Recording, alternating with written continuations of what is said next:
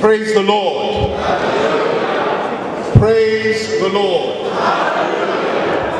Praise the living Jesus. PDP. PDP. PDP. Glory and honor and praise be unto him that is high and lifted up, that is more than able. Glory and honor be unto he who created the entire universe by the power of his word. Glory and honor be unto him who has kept us safe and who has established his counsel in this world and indeed in this nation. Glory, praise and honor unto him who determines the future, who establishes the present, and who looks back into the past. I give him glory and I give him praise. I thank him for this wonderful occasion.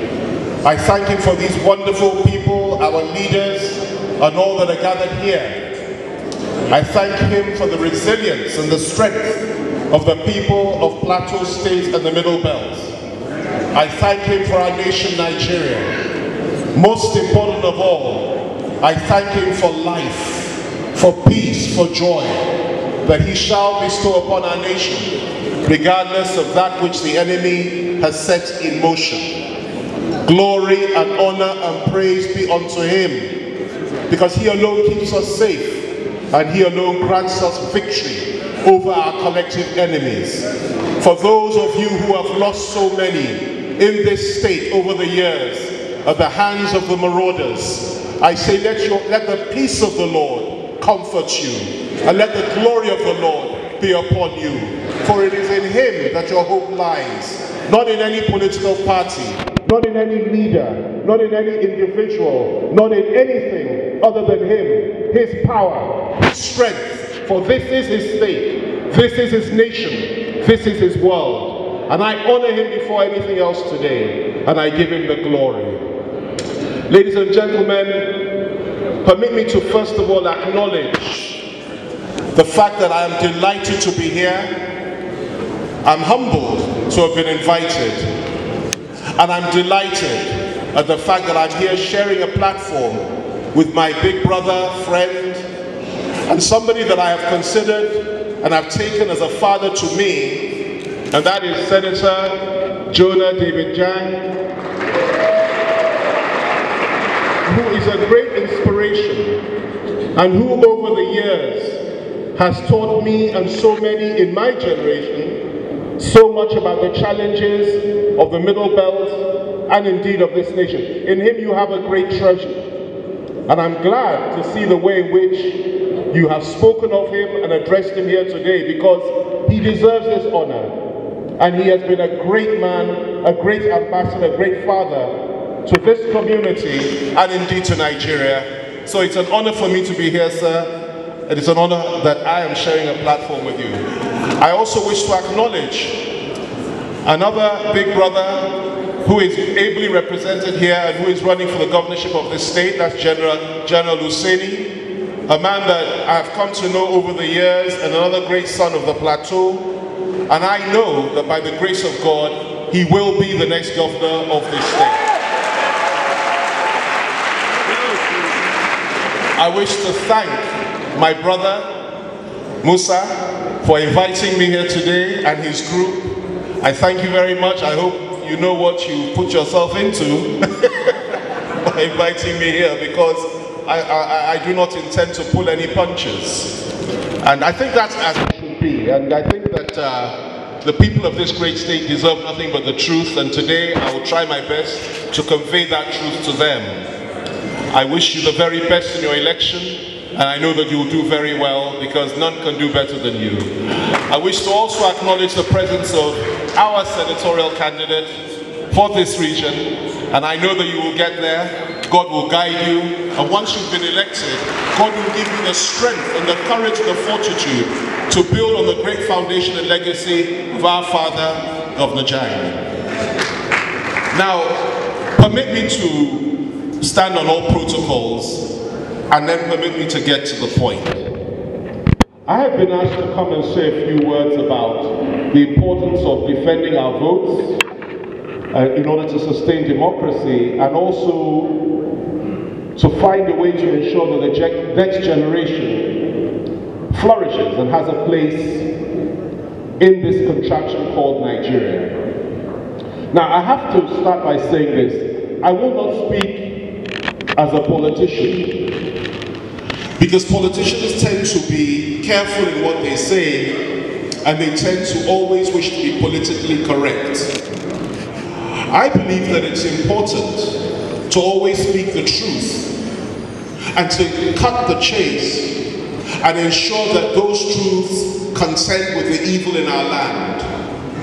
I believe that the only way that you can take on falsehood and evil and tyranny and to confront them frontally is with the sword of truth. And therefore, those truths must be spoken, no matter how uncomfortable they may appear, especially where you believe there is what we will call an existential threat. Existential threat to our people, our faith, our nationality in terms of ethnicity, ethnic nationality, our survival, and also our self-respect and dignity. More than any other state in the Federation, Plateau State has suffered in the hands of those that I believe have an agenda to subjugate your people. You have suffered. And it is painful for me to say that that suffering that you have suffered has spread like a cancer throughout the whole of the Middle Belt and throughout the whole of the Federation. Many Nigerian people felt that it was okay if it happened in Plateau State alone. When they killed your people, took your farms, took your homes, raped your women, slaughtered you in the street, burnt your churches, stripped your clerics bare, stripped them naked, insulted your faith, and took everything from you. Many in Nigeria, most Nigerians said, well, it's okay, it doesn't affect us. Complicated issue in Plateau State, we're not interested. And of course, when you stood your ground and fought back, many said, that's not very good. We don't like violence. We don't want people to defend themselves. Forgetting that you were the victims of an earlier aggression, and you had the right to defend yourselves. That has been the contradiction in the history of our country. This strange belief that some are entitled to commit violence, gratuitous violence, and some are entitled to commit genocide, mass murder, ethnic cleansing, whilst others have no right to defend themselves. That is the Nigerian experience. Unfortunately for Nigeria, the cancer spread. Because you see, you suffered it long before even the creation of Nigeria. Then you suffered it again after Nigeria was created.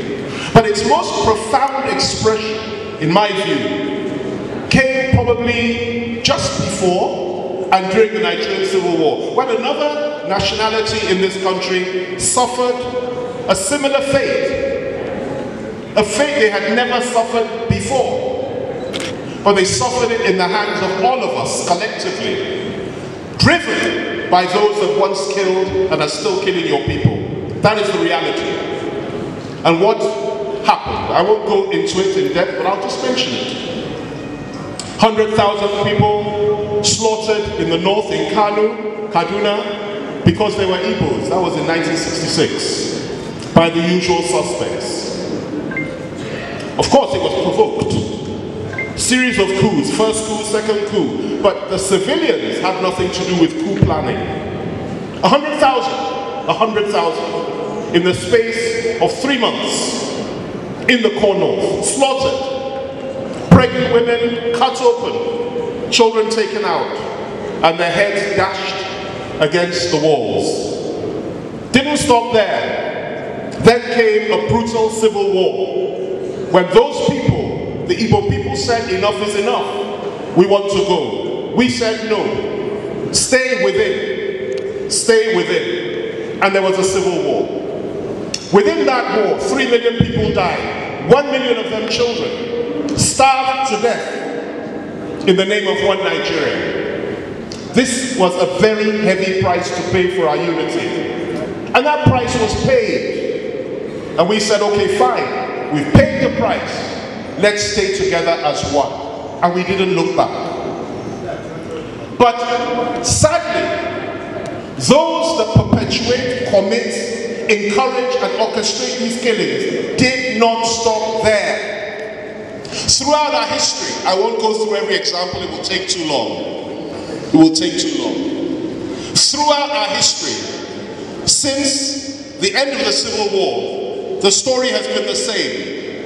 If it is not back to Plateau, if it is not Southern Kaduna, if it is not Benue State, if it is not Adamawa State, if it is not anywhere else you care to, it is somewhere else.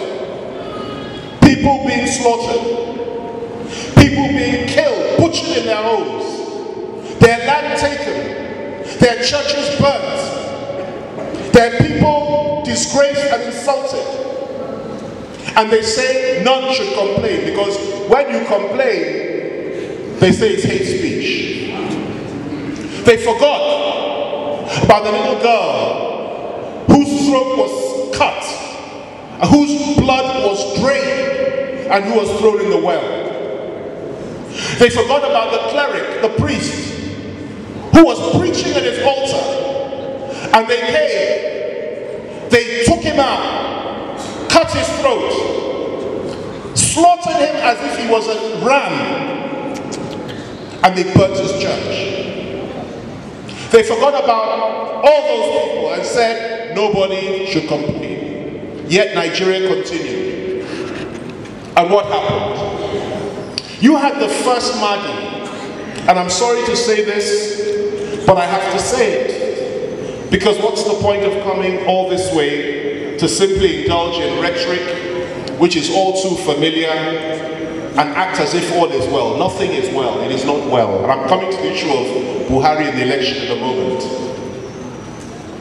The first Mahdi, a man by the name of Usman Danfodio, to some a great scholar, to others a man that has committed more genocide than any other leader in the history of Africa. That is a historical fact.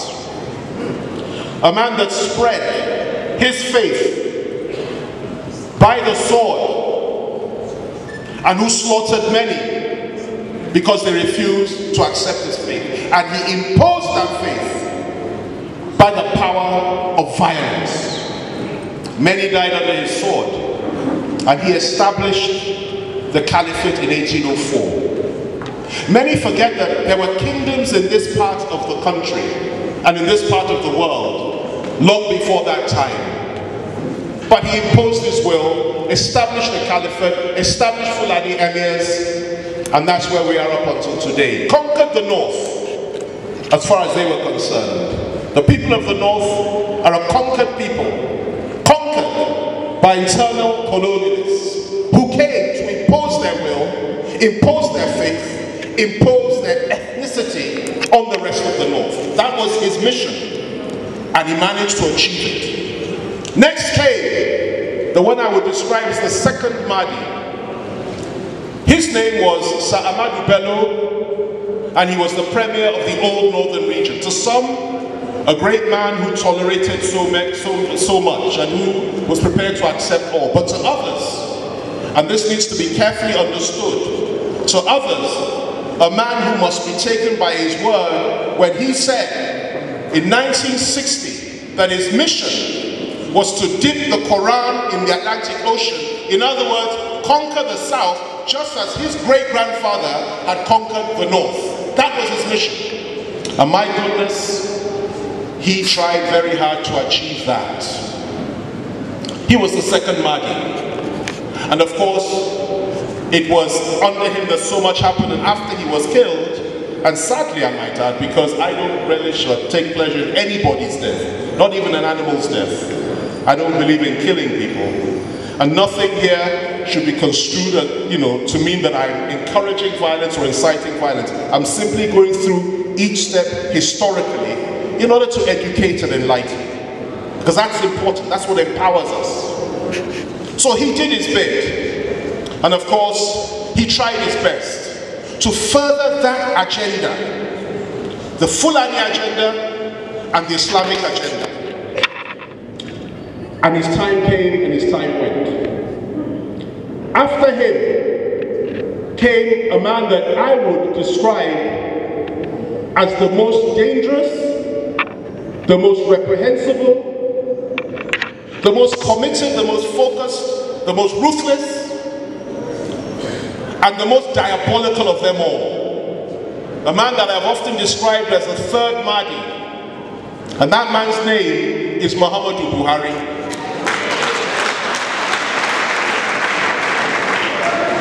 What could have happened to this man?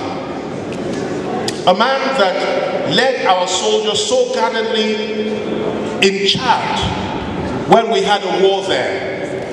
A man that was revered by his troops and loved by so many. A man that was once regarded as being incorruptible in so many ways. A man that was seen as being a good Muslim, a strong man, and a tolerant believer. Something changed. Or is it that we never really knew him? But the Buhari that took power in 2015, nay, the Buhari that sought for power since the year 2003 was different to the Buhari of before. That is right. The Buhari that sought for power in 2003 said earlier in 2001, and I want you to listen to this very carefully. It's been said many times, never been refuted. He said in 2001 that Muslims should only vote for Muslims. Right. He said in 2001 that why should Christians be bothered when Muslims chop off their arms? After all, these are Muslim limbs that are being chopped off in the name of Sharia, not Christian ones. So why should they be bothered? This is a man who said in 2001, came down to Ibadan, and told Governor Lamadeshino, the late Governor Lamadeshino, after there was a fight, there was a communal strike between Fulani herdsmen and the local Yoruba population, local farmers, said to him that, why are your people talking about the Yoruba people, killing my people, talking about the Fulani herdsmen? That was in 2001. This is a man who said in 2013, just a few years ago, that an attack on Boko Haram is an attack on the north. This is a man who was nominated in 2014 to be the representative and the spokesman and chief negotiator of Boko Haram in proposed talks with the federal government of that day. This is a man who Boko Haram said they trusted and that they loved. What happened to him? How did he degenerate to this level? This is a man who has openly professed his love for Fulani herdsmen, those that go all over the country, not just the middle belt, not just the north, but even the south, killing, maiming, torturing, butchering, hacking, removing the eyes of people, removing their limbs, their hearts, taking their homes in Plateau State alone. They came a few months back. I don't need to tell you, you know better than me. They killed, they took the land, and they renamed the communities. Those towns and villages they took, they didn't just take them, they renamed them and gave them alien names in an indigenous community like this. This is what they did. And yet, Buhari professes his love for them. This is a man whose soldiers slaughtered over 1,000 Shia Muslims in 2016 in Kaduna, in Zaria. This is a man that since that time, His security forces have slaughtered many Shia Muslims. This is a man whose security forces have killed so many IPOB youths simply because they said they want self-determination or referendum. Many, thousands slaughtered. Slaughtered all over the country. Detained and locked up. Suppressed and declared terrorists. That is what Buhari has done. And yet this is a man who up until today has refused to describe Miyetti Allah or the Fulani herdsmen as terrorists. One has to ask why. One has to ask why. We talk about his record in office, and I laugh when some commend him and say he has done well. The other day I was told that the vice president's mother got up and said that those that have not seen what Buhari and her son have done are clearly not seeing clearly. My response to her is this, and I have respect for mothers any day, anywhere.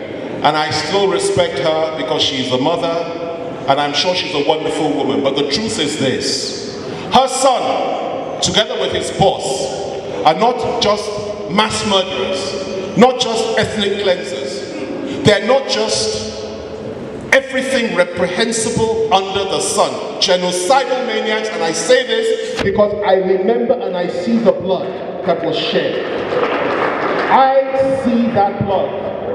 And I say it is wrong and unfair to look away and to say it never happened. 2016 Christmas Eve and Christmas Day, 808 people were slaughtered in their homes. 808. Defenseless, innocent, men, women and children by Fulani herdsmen. Buhari never offered an apology for not protecting them. El-Rufai appeared to relish the whole thing and indeed closed down the hospital where Christians were being treated. A Christian community. They were slaughtered. And you tell me that that is a good record.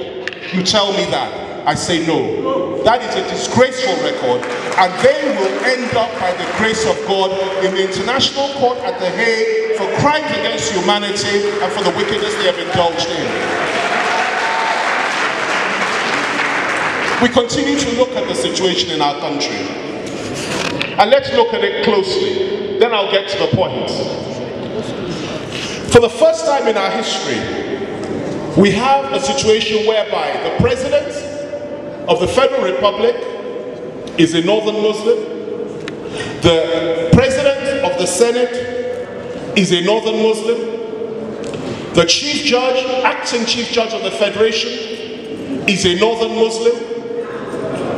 All the security chiefs in this country, there are 17 security organizations in this country, every single one of them, and wings of the military, every single one of them that have operational command, except for the Navy, are in the hands of northern Muslims.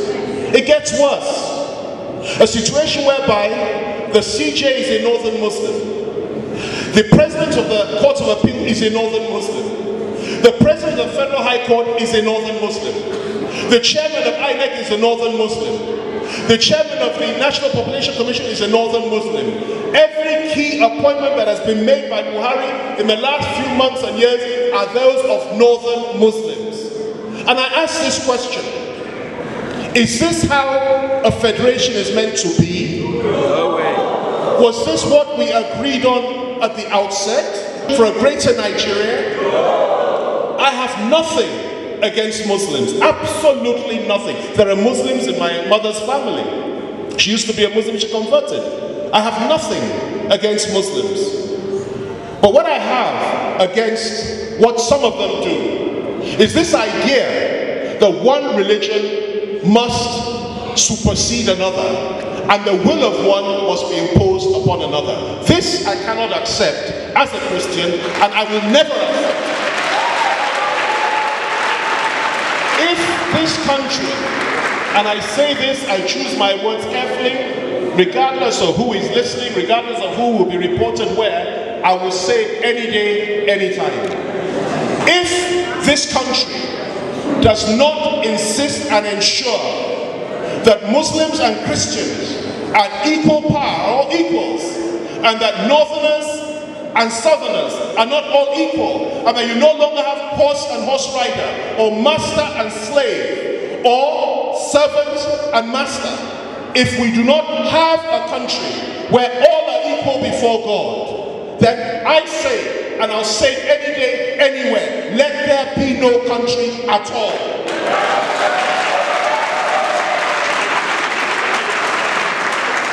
We love Nigeria, we believe in Nigeria, but only if Nigeria has a place for us all.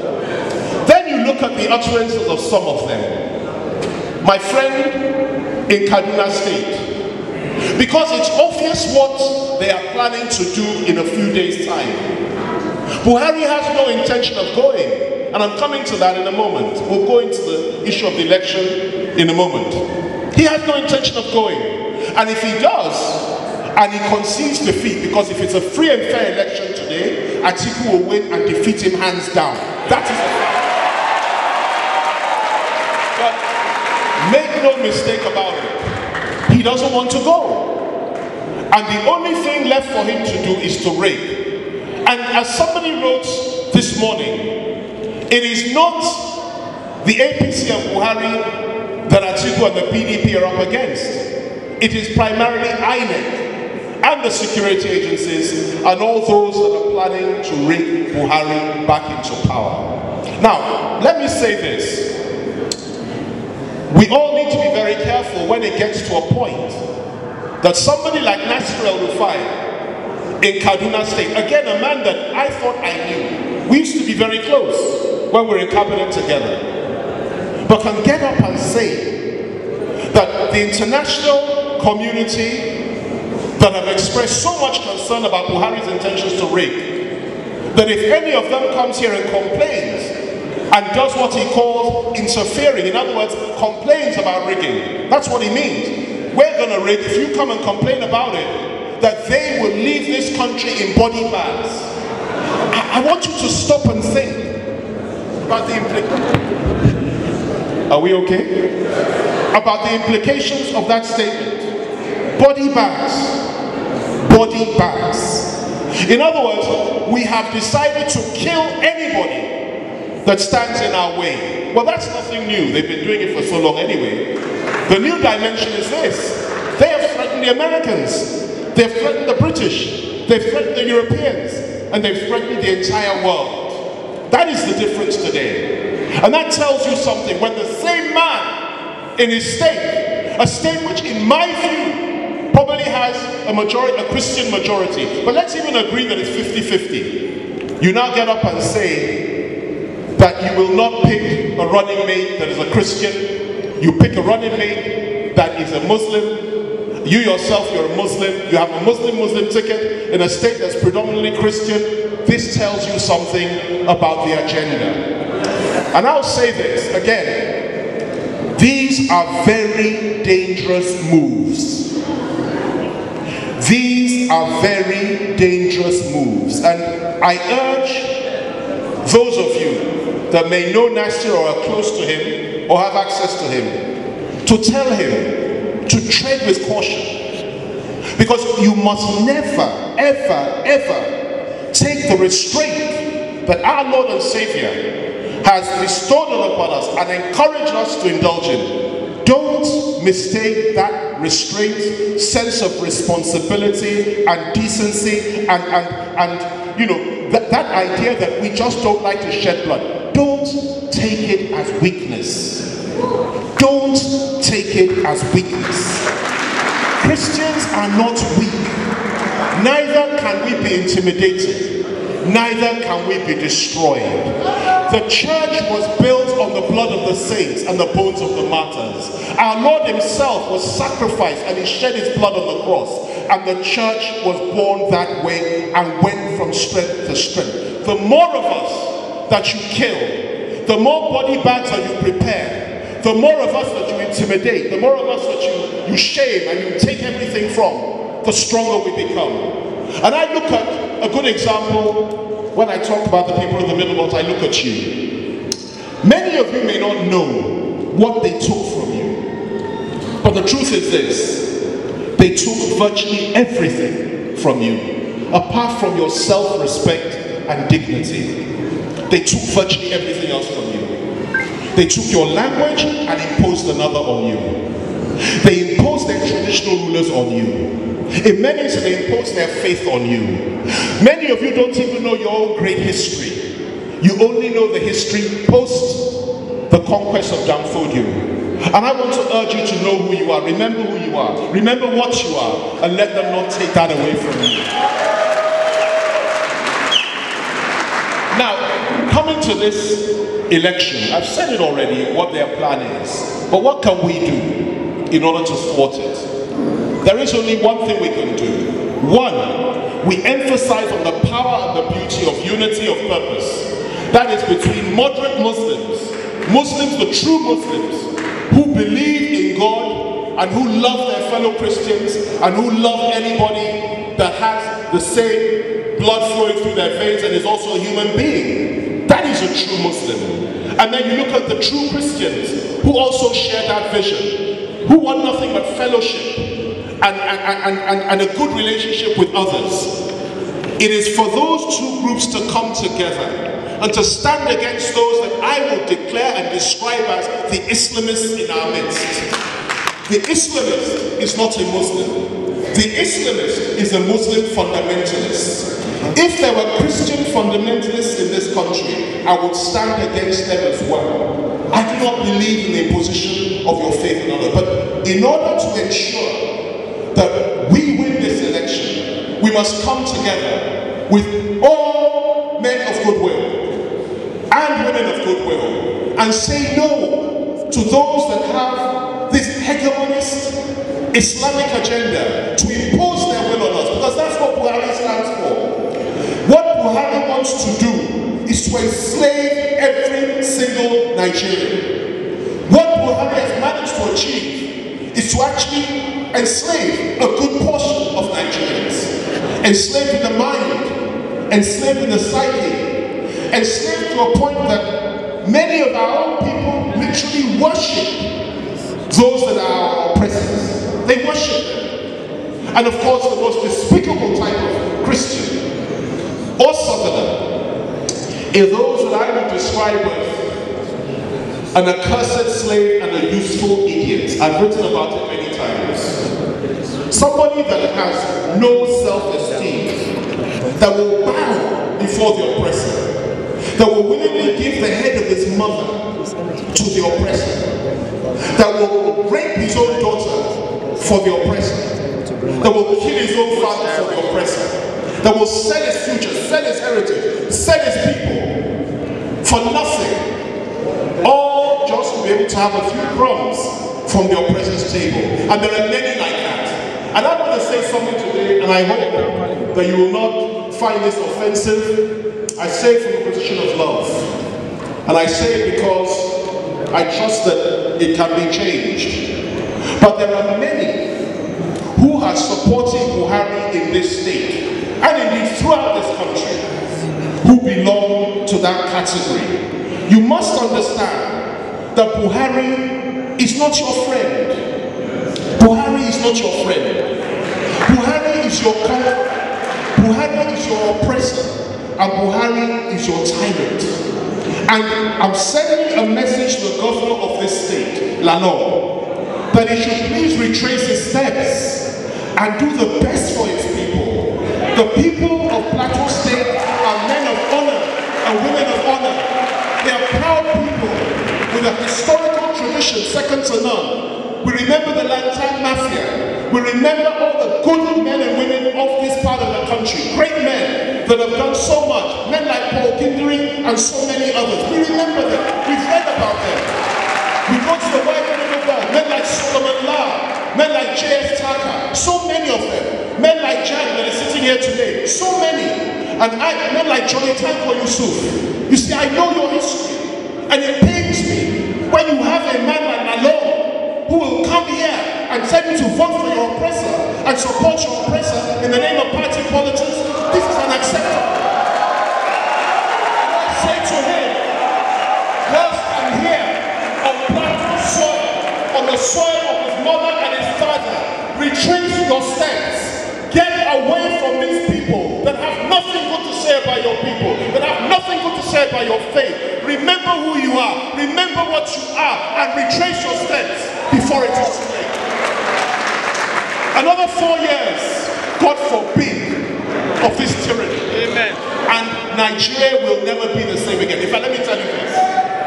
If this man comes back, God forbid. Amen. I'm telling you, and remember this, because in 2015, when I told the world about what Buhari stood for, particularly when I was running the campaign, many within PDP criticized me for until today. They said, oh, you shouldn't have said that, don't say this, don't say that. You shouldn't have said this. Yet everything that I said has come to pass. Now let me tell you what I'm going to tell you today.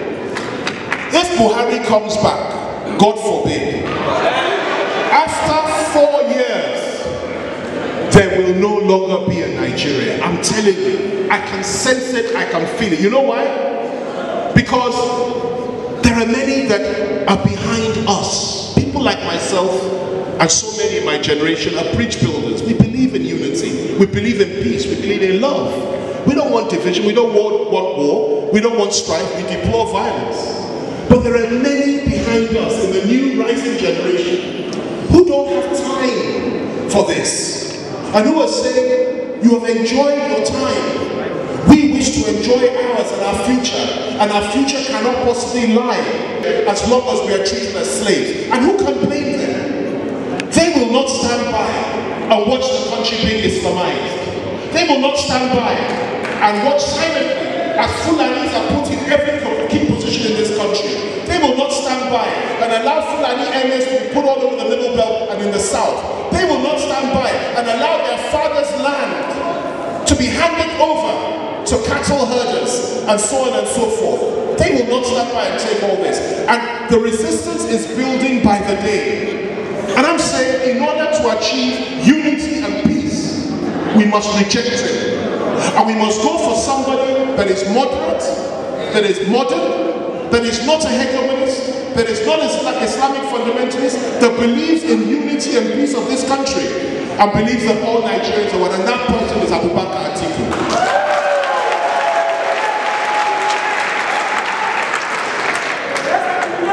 Now, let me end with just a few words concerning the importance of defending our votes and defending the mandate that will come. I want to say to you that this is probably going to be the most important single thing that you will do, probably for your whole life, for all our lives, and for the sake of your family and your loved ones. We must not allow them to steal the election next Saturday. We must not allow them to deprive us or to deny us of what we know is ours. In 2015, we let it go. And the story still hasn't been told. But that story will be told one day. The story has many facets and many faces. But let me just say this part of it to you. In Kano State, where according to Jega and his team, every single vote was cast. Nobody abstained. Nobody was absent. They were all cast in Kano State.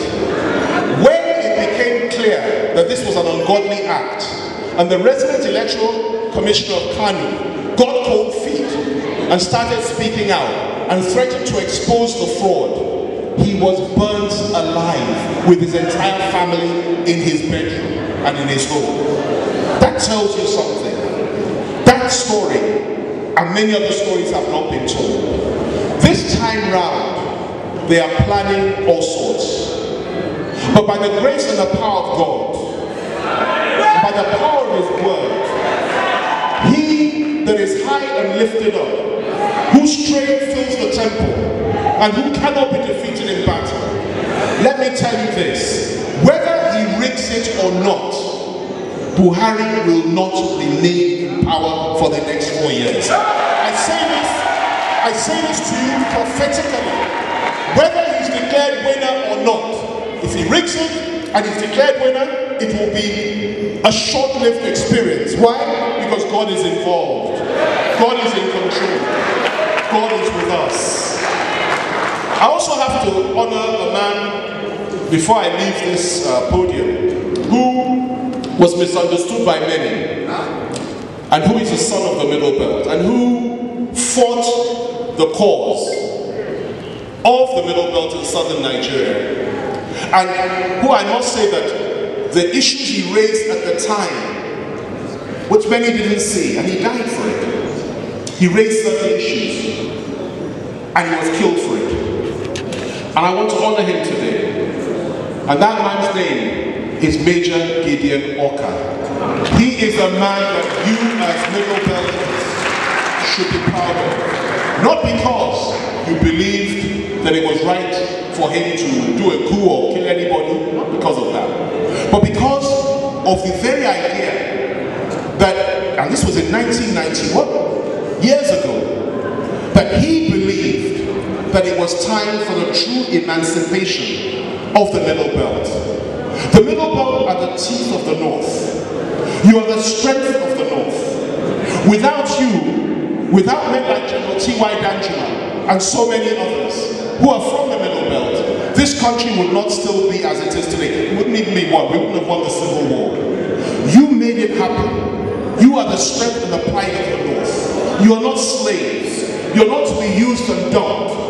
You're not to be coward. You're not to be coward. You're not to be intimidated. You are somebody. Please remember this, because in the coming Nigeria, the new Nigeria that's emerging, you're going to play a very key role. We're not going to break up as a nation by God's grace. Why won't break us up? We shall remain together. It is those that have come all the way from Futajalo that insist on imposing their will on us.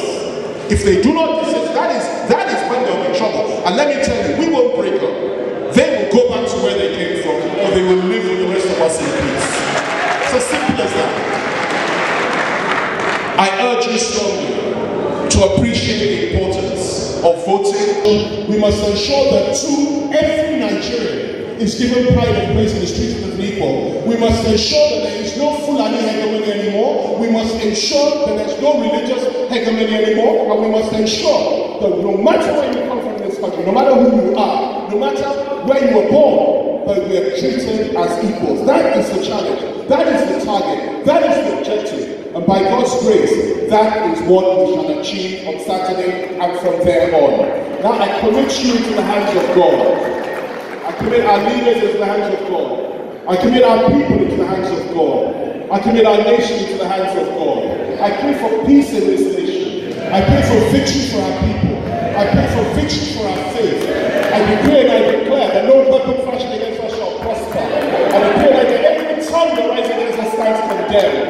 I decree and I declare that the Lord is our light and our salvation. And whom shall we be fear? Nobody can conquer us. Nobody can overcome us. We've lost all sense of fear. We have no fear in us because we are believers. We are triumphant. We are champions. And we shall prevail in the name of the Most High God. They should do what they like and rest as big as they can. They try to go to the cardinal prison now. Arrest us all. Lock us all up. Detain us all. It doesn't matter. Because at the end of the day, that blood that was shed at Calvary 2,000 years ago speaks for us. And if you take SSA down, there are thousands behind it, millions behind it that will rise up. If you take down Jonathan, there are millions behind it. Our hope is in you, the younger one, to fly the flag, fight the battle, stay strong, stay focused, and never, never let them take the pride and victory away from you. God bless you and God bless you.